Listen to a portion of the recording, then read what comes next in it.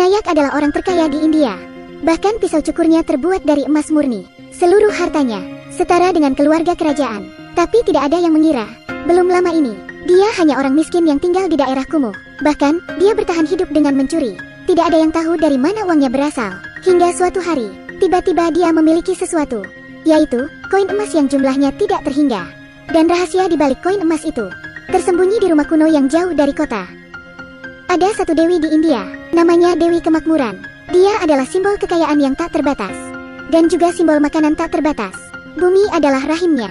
Di awal penciptaan manusia, dia melahirkan 160 juta dewa. Tapi dia hanya mencintai anak pertamanya, dewa keserakahan, namanya Hastar. Tapi Hastar terlalu serakah.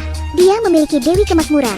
Sebagai simbol kekayaan tanpa batas itu tidak cukup. Dia masih ingin makanan sepuasnya. Sikapnya itu membuat dewa lainnya merasa terganggu. Mereka bersatu untuk mengutuk Hastar kembali ke bentuk aslinya. Sang dewi yang mengetahui ini menyelamatkan Hastar, tapi dengan satu syarat, yaitu Hastar tidak akan pernah bisa untuk disembah oleh orang-orang. Bahkan, dia akan dilupakan oleh orang-orang selamanya. Kemudian, Hastar terkunci di perut sang dewi. Dia menahan lapar tanpa akhir. Beberapa lama kemudian, mendadak muncul desa yang aneh. Di sana, mereka justru mengistimewakan dewa yang terlupakan ini. Akhirnya, desa ini dikutuk oleh para dewa. Di sana selalu turun hujan. Walau demikian, mereka masih bersikeras untuk menyembah dewa keserakahan itu. Melalui Hastar, penduduk desa bisa masuk ke perut dewi. Hari ini hujan deras. Vinayak dan Sadasif membawa makanan untuk seorang nenek. Nenek itu adalah nenek buyut Sarkar, seorang tuan tanah di desa Tumbat. Untuk memberi nenek itu makan, mereka sangat takut. Konon, nenek itu bisa memakan manusia. Vinayak dan adiknya mengumpulkan keberanian, lalu berjalan ke ruang bawah tanah yang terkunci. Tiba-tiba, ibunya datang. Dia sangat marah lalu memukul mereka. Lalu ibu masuk dan membawa makanan untuk nenek itu. Ibu juga memotong kuku untuk nenek. Nenek itu bertelanjang kaki, dan kakinya pun dirantai. Pada malam hari, nenek itu terbangun. Dia terus membuat suara tangisan. Tangisan yang sangat menakutkan. Sambil memegang kapak, ibu mendekati nenek, lalu mengatakan sesuatu kepada nenek melalui celah pintu. Soja, warna Hastar आ जाएगा. Tiba-tiba, nenek langsung tertidur. Tidak ada suara. Keesokan harinya, Sarkar meninggal tiba-tiba tanpa peringatan. Kejadian ini membuat ibu Vinayak merasa putus asa untuk tetap tinggal di Tumbat. Sudah tidak mungkin lagi. Jadi, ibu memutuskan untuk meninggalkan Tumbat. Saat mau pergi, Sadasif kepeleset dari atas pohon. Dia jatuh dan tidak sadarkan diri. Sambil memeluk putranya, ibu langsung membawa Sadasif pergi ke kota untuk berobat. Vinayak mendapat tugas dari ibunya untuk mengantarkan makanan kepada nenek itu. Sebelum ibunya pergi, ibu mengingatkan Vinayak untuk memberi nenek itu makan. Vinayak mulai bingung. Dia takut karena nenek itu konon bisa memakan manusia. Vinayak bertanya lagi tentang nenek itu. Apa yang harus dilakukan jika nenek itu bangun? Ibu hanya menjawab singkat. Teriakan, Hastar akan datang jadi pergilah tidur. Maka nenek itu akan tertidur. Bagi Vinayak, ini adalah tugas yang berbahaya, tapi tidak mungkin ditolak. Vinayak hanya bisa pasrah. Karena terlalu takut, dia tidak sengaja menumpahkan tepung. Vinayak buru-buru membersihkan dirinya, tapi dia terlalu banyak membuat gerakan, sehingga membangunkan nenek itu. Hal ini membuat Vinayak ketakutan. Dia menuju ke tempat nenek itu, lalu membungkuk untuk mencari tahu.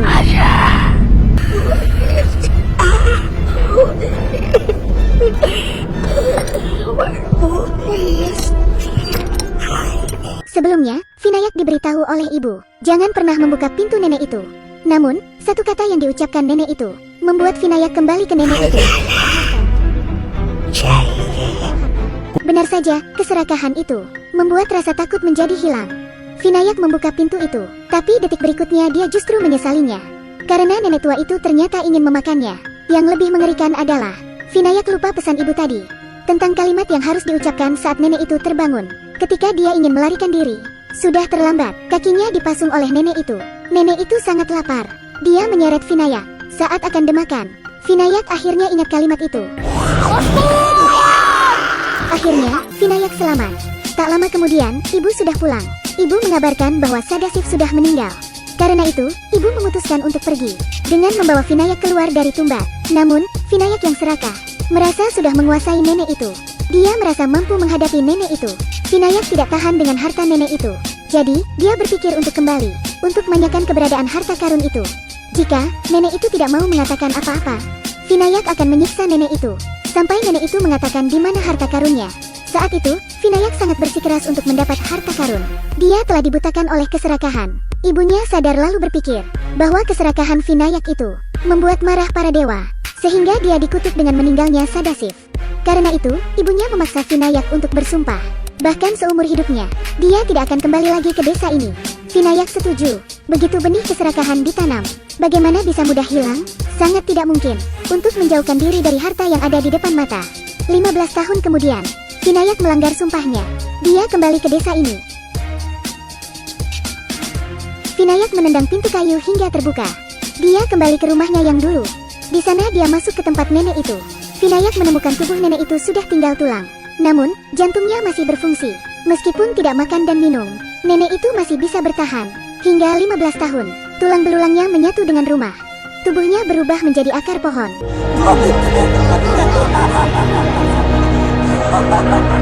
Nenek itu sudah menebaknya sejak lama, bahwa Vinayak akan melakukannya untuk harta. Kembalilah padanya, karena kata keserakahan sudah menjadi tradisi turun-temurun pada keluarga Vinayak, dan tujuan Vinayak datang ke sini memang untuk menemukan harta karun. Setelah Vinayak beranjak dewasa, dia hidup dalam kemiskinan. Akhirnya, dia terpaksa melanggar sumpah. Dia kembali untuk mendulang emas. Nenek itu tahu apa yang ada di pikiran kecilnya. Jadi, nenek itu memberitahu rahasia harta karun itu.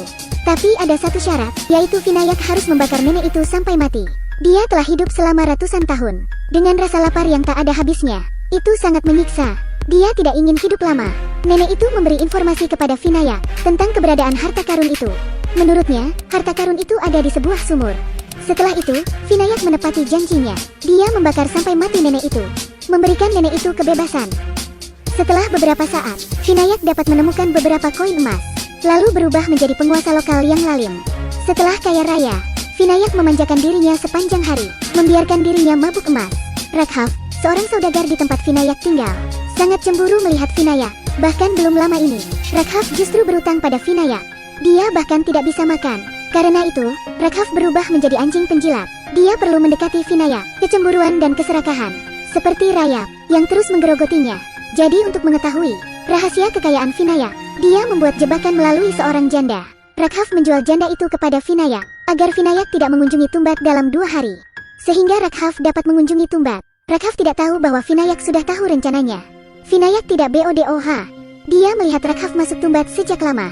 Vinayak berencana masuk ke sumur tempat harta karun itu, lalu menghitung koin emas itu agar dilihat Rakhav.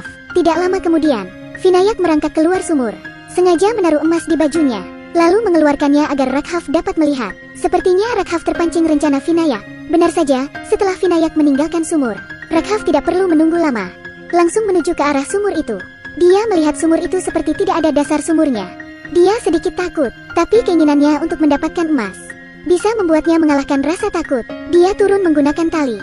Semakin masuk ke dalam sumur ini, justru semakin aneh. Dinding sumur ini memancarkan cahaya merah. Tiba-tiba sumur itu menyempit. Rakhav benar-benar tidak bisa melangkah lebih jauh. Hal itu membuat Rakhav panik dan terjatuh. Dia membawa lentera dan melihat sekelilingnya. Dia merasa ngeri melihat dinding di sekitarnya. Dindingnya seperti berada di dalam perut. Ada bagian yang terus menggeliat. Bahkan, ada juga yang mengeluarkan lendir. Setelah melihat-lihat, Rakhav tidak menemukan apa-apa. Jejak koin emas pun tidak ada. Saat dia mundur, dia menemukan sebuah kotak besi. Apakah emas tersembunyi di dalam? Setelah dia menyentuhnya, dia langsung membuka kotak itu dan melihat isinya. Apakah ini boneka? Ternyata semua ini adalah jebakan yang dipasang oleh Vinayak. Itu adalah boneka yang terbuat dari tepung. Saat Rakhav memegang boneka itu, akan memancing Dewa Serakah, Hastar untuk keluar. Karena kelaparan abadi memaksa Hastar untuk memakan makhluk apa saja. Vinayak menjadi kaya raya dengan mencuri. Dia mencuri koin emas dari Hastar.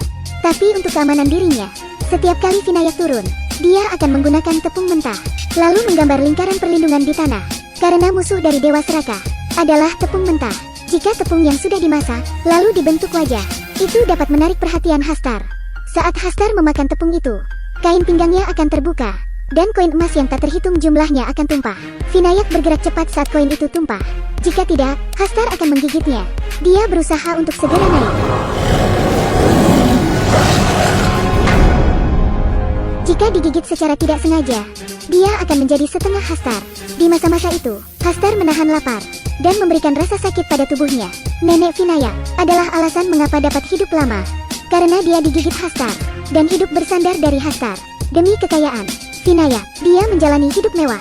Motor yang dia punya berubah menjadi mobil. Putra Vinayak, Pandurang, selalu berlatih seperti yang dikatakan ayahnya. Dia berlatih memanjat tali dan mengambil koin emas. Jelas Vinayak ingin menggunakan Pandurang untuk meneruskan kegiatannya. Tapi dia tidak menyangka bahwa Pandurang lebih serakah darinya. Ini pertama kali bagi Pandurang untuk mengikuti ayahnya berburu harta karun. Tidak disangka, Pandurang membawa tepung boneka diam-diam. Dan itu memancing Hastar dan hampir membunuh mereka. Ayah bergegas menyelamatkan diri tepat waktu. Tetapi demi koin emas itu, mereka kembali lagi. Pandurang menarik ikat pinggang Hastar. Dan koin emas yang tak terhitung jumlahnya tersebar tumpah. Dia mengambil koin emas itu. Lalu dia segera mengikuti ayahnya untuk keluar dari sumur. Pandurang berpikir dengan dia mendapatkan koin emas, dia akan dihargai oleh ayahnya. Ternyata tidak. Pandurang justru dipukul oleh ayahnya. Ayah sangat marah karena Vinayak hanya berencana latihan. Bahkan, dia tidak berniat untuk memancing Hastar dengan boneka tepung. Namun, Pandurang terlalu serakah. Dia tidak mendengarkan ayahnya. Dia diam-diam membawa adonan yang hampir menyebabkan tragedi, membuat Hastar keluar, dan hampir membuat kekacauan besar. Namun, keserakahan Pandurang semakin mendarah daging. Dia tidak hanya serakah akan uang tetapi juga dengan seks. Dia benar-benar melihat sikap ayahnya. Dia menyukai wanita simpanan ayahnya. जब मैं बड़ा हो जाऊंगा तुझसे ब्याह करूंगा. Kata-kata itu berhasil membuat wanita itu terdiam. Tapi dia juga membuat Vinayak marah. Dia menyeret putranya. Dia memukul putranya tanpa ampun, agar tidak terus dipukuli. Pandurang berteriak seperti hantu. Koin emas di pinggangnya. Mengapa kita tidak mencuri kain pinggangnya saja? Namun, ayahnya justru membuat pukulan besar. Karena Hastar makan sangat cepat, tidak ada waktu untuk mencuri kain pinggangnya. Untuk mencuri kain pinggang Hastar, Pandurang menjelaskan rencananya. Mereka membawa lebih banyak adonan. Salah satu bertanggung jawab untuk memberi makan, dan yang lainnya mengambil kesempatan untuk mencuri kain pinggang. Ayah mendengarkan rencana itu. Sepertinya masuk akal. Benar-benar layak menjadi anak Vinayak. IQ-nya sudah mengikuti ayahnya. Di bawah rencana Pandurang, keesokan harinya, Vinayak membawa Pandurang untuk membuat tepung wajah sebanyak-banyaknya. Tapi ketika mereka turun dan berada di perut Dewi, kecelakaan itu terjadi. Vinayak menyadari suatu hal, bahwa banyaknya tepung wajah yang dia bawa, maka jumlahnya sama dengan wajah yang keluar. Vinayak kaget dengan banyaknya wajah Hastar yang keluar. Mereka berdua mulai panik. Mereka terkepung. Hastar asli, ini adalah perwujudan dari keserakahan. Dia akan mengikuti keserakahan manusia, dan perubahan terjadi. Mengetahui bahwa hari ini tidak bisa dihindari. Setelah berpikir sejenak, ayah memutuskan untuk memberikan putranya kehidupan. Vinayak akan menghadapi para Hastar dengan mengikat semua tepung wajah pada tubuhnya. Berniat untuk menggunakan dirinya sebagai umpan, agar menarik perhatian semua Hastar. Sehingga Pandurang dapat memiliki kesempatan untuk melarikan diri.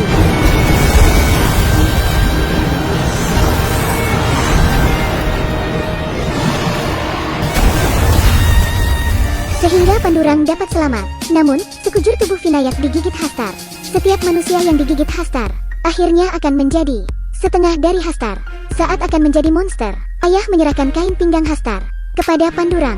Tapi kali ini, putranya tidak akan mengambilnya. Dia menangis dan menyalakan api, melemparkan ke arah ayahnya. Dengan mengorbankan nyawa Vinayak, Pandurang mengerti bahwa keserakahan manusia tak akan pernah berakhir dengan tidak memiliki koin emas.